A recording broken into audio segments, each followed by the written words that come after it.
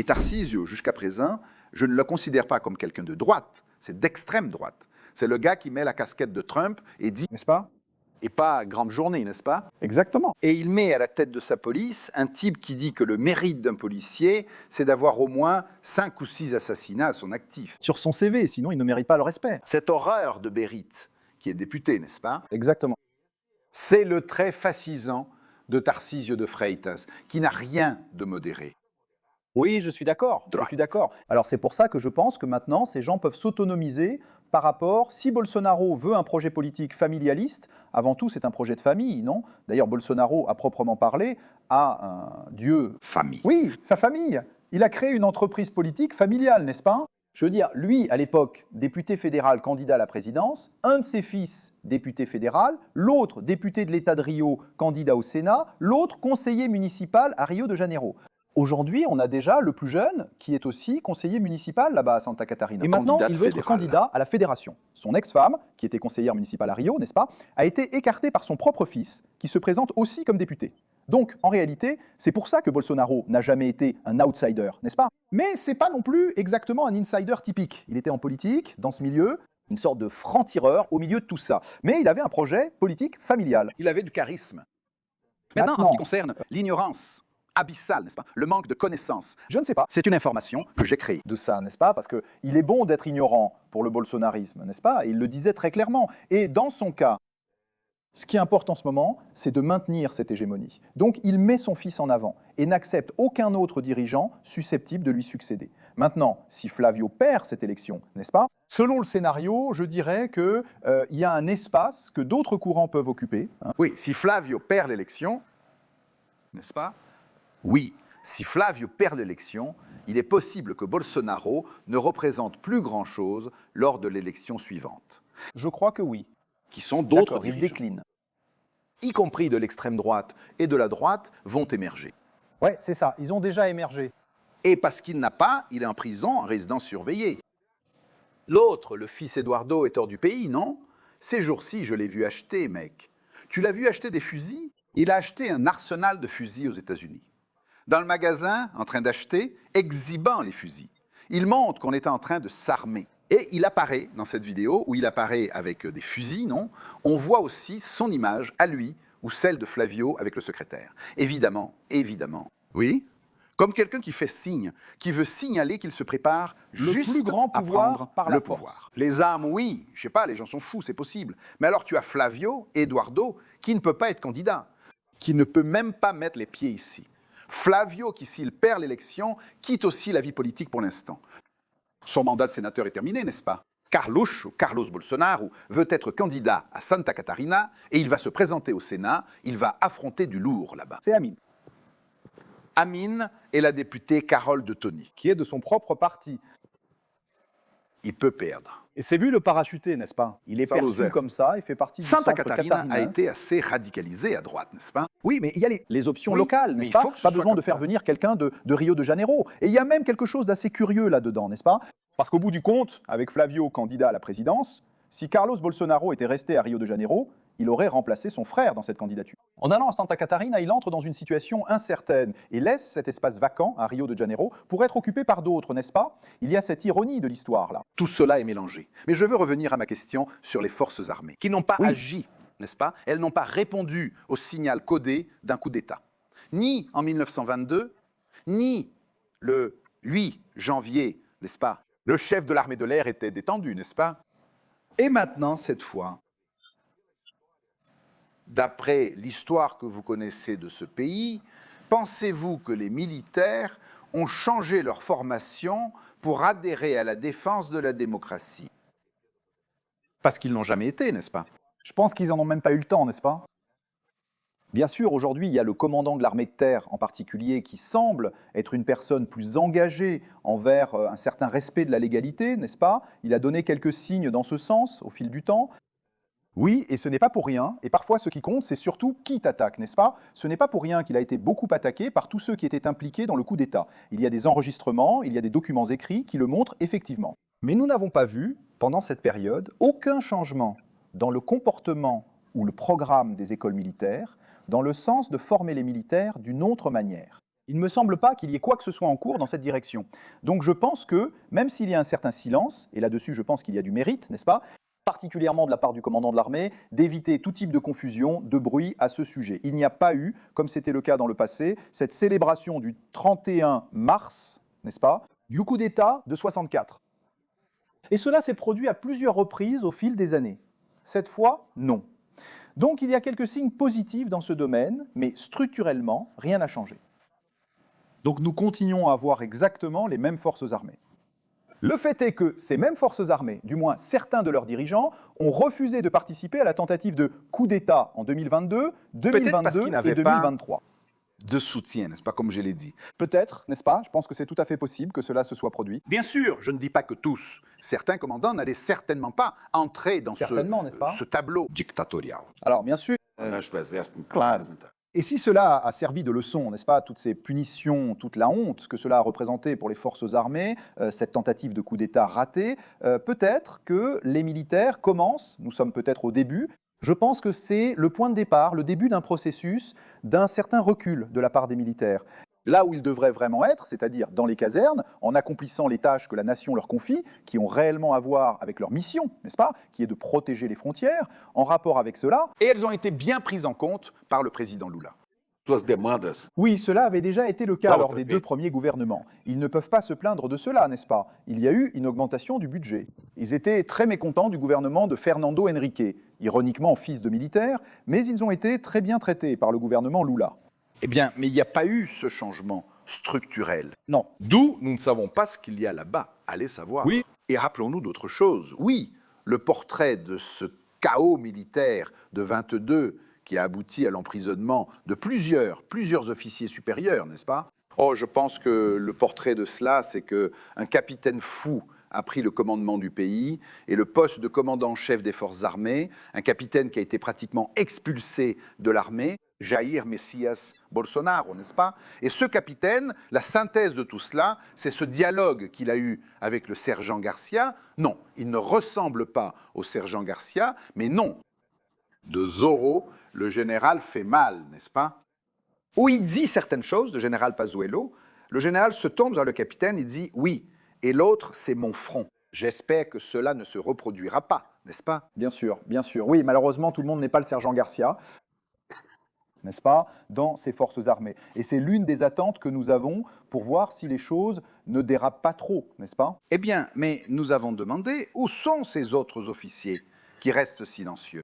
Oui, c'est ça. La semaine dernière, les sergents Garcia ou ceux engagés pour la légalité. Non, les sergents, oui. Où sont-ils, hein? Parce qu'ils n'ont pas disparu, hein? Non, je ne crois pas non plus qu'ils aient disparu. Et la semaine dernière, mon collègue journaliste Bob Fernandez, bien sûr, vous devez suivre Bob, n'est-ce pas?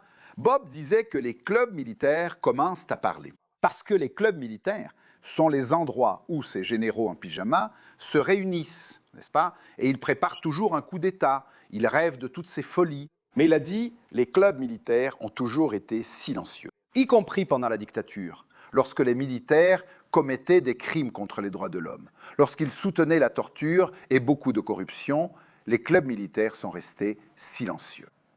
Ils sont restés silencieux. J'ai dit maintenant, ils ne se manifestent que lorsque le contexte ramène des gens comme ceux qu'il y avait en 64. Le général Vernon Walters des États-Unis était ici, préparant le coup d'État. L'ambassadeur Lyndon Lincoln Gordon, c'est là qu'il se manifeste. C'est pour ça que j'insiste là-dessus. Soudain, ces gars commencent à parler, non? C'est parce qu'ils doivent sentir qu'ils ont des amis. Il peut y avoir de nouveau Vernon Walters, il peut y avoir de nouveau Jim Gordon. Oui, Marco Rubio, très clairement, est quelqu'un qui suit cette ligne, non? Parce qu'il est anticastriste, mais en réalité, il est anti-gauche en général. Et c'est pas seulement la gauche autoritaire, c'est aussi la gauche démocratique. Oui, parce qu'au fond, on parle aussi d'un homme politique d'extrême droite, d'ultra-droite. C'est pas seulement son chef.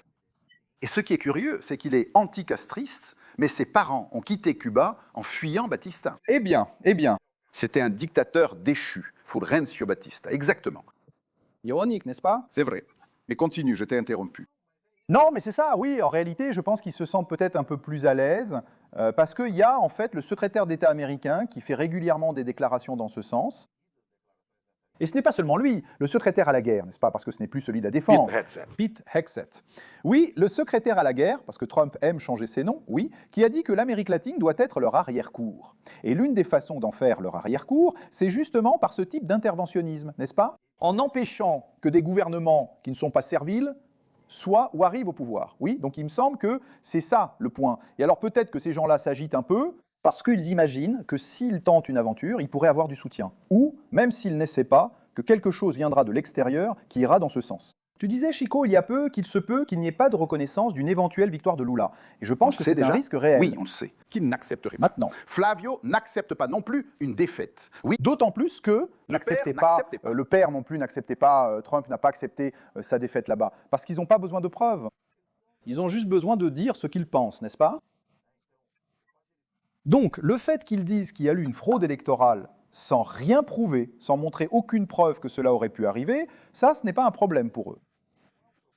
Oui, le problème, c'est simplement de croire, de dire à ceux qui vont les croire que les choses sont d'une certaine manière. Et les gens adhèrent, n'est-ce pas? Eh bien, on voit des gens qui ont bu du détergent. On voit des gens, là, aux États-Unis, pendant le premier mandat de Trump, qui ont bu du désinfectant. Du désinfectant, parce que Trump a dit que ça guérissait la Covid, il y a eu ça là-bas aussi. Des gens qui prient ou chantent l'hymne pour apneu, n'est-ce pas? Qui essayent d'attirer des extraterrestres avec le code Morse sur leur téléphone portable. Donc, voyez, ces personnes vont croire à n'importe quoi qu'on leur dira.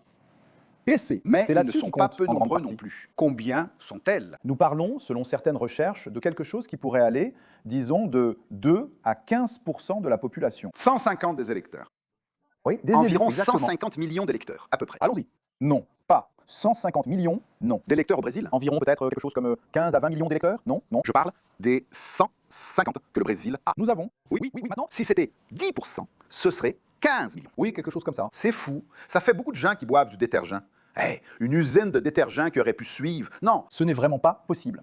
Et je te demande, j'ai été comme ça. Je suis pas du genre à avoir peur de ces choses-là, tu vois.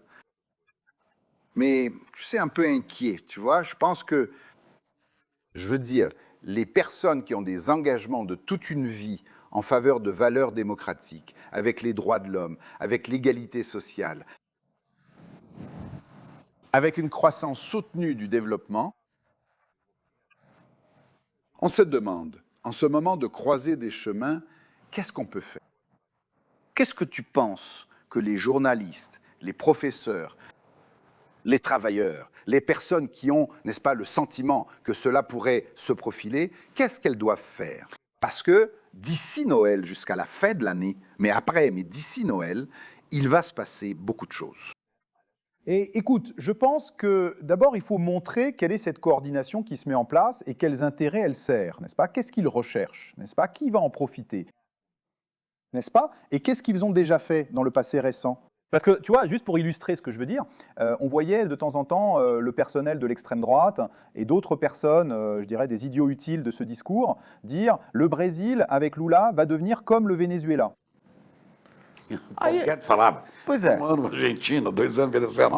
Alors on remonte dans le temps et on dit il y a eu un gouvernement Lula il y a 4 ans. Il y a eu un gouvernement Lula il y a 2 plus 4, 8 ans. Il y a eu un gouvernement Dilma 12 ans. Le deuxième mandat de Dilma a commencé 13 ans et demi. On n'est même pas proche du Venezuela. Ensuite, il y a eu encore 4 ans de Lula. Nous sommes restés à des années-lumière de tout ce qui ressemblait à la situation du Venezuela. Et il continue de le dire. Et il y a des gens qui continuent avec des valeurs. Ascension de la croissance économique. Et le souci de l'environnement sous ces gouvernements. Regarde de l'autre côté.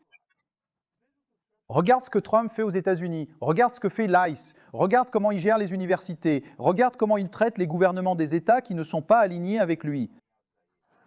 N'est-ce pas? Regarde comment il traite les organes de presse qui ne lui obéissent pas. Rappelons-nous comment Bolsonaro traitait les journalistes au Brésil, n'est-ce pas? Rappelons-nous comment Bolsonaro, surtout quand il s'agissait de femmes, comment parlait-il des gouverneurs de l'opposition? Rappelons-nous la tentative de coup d'État du 8 janvier. Autrement dit, comparer ce qu'ils ont fait avec ce que d'autres ont fait. Faut-il vraiment plus de preuves que le passif de ces gens pour savoir à quoi s'attendre d'eux? Donc montrer le risque de cette croisée des chemins, c'est montrer le passif de ces personnes. Ce que le Trumpisme fait et a fait, ce que le bolsonarisme fait et a fait, et le fait qu'ils sont alliés et qu'ils ont travaillé ensemble, ils vont même aux États-Unis conspirer contre leur propre pays, plaider pour des mesures nuisibles à leur pays. Donc, je pense que si la presse, n'est-ce pas, les chercheurs, n'est-ce pas, tous ceux qui ont une certaine capacité à communiquer avec les autres, montrent simplement ce que ces individus ont fait et continuent de faire, les personnes un minimum sensées comprendront de quoi il s'agit. Il suffit de montrer les faits. Et je pense que les faits sont très convaincants. Vous savez ce que je pense? Pour l'électeur qui a cette conscience, l'électeur, le citoyen ordinaire, il ne suffit pas de voter. Il doit aussi travailler à éclairer les autres. Ses voisins, ses proches, ses connaissances.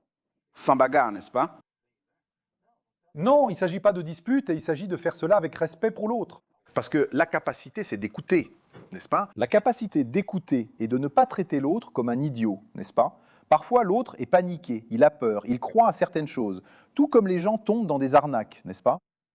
Ils donnent le code bancaire, n'est-ce pas? Ils donnent le numéro de la carte. Parfois.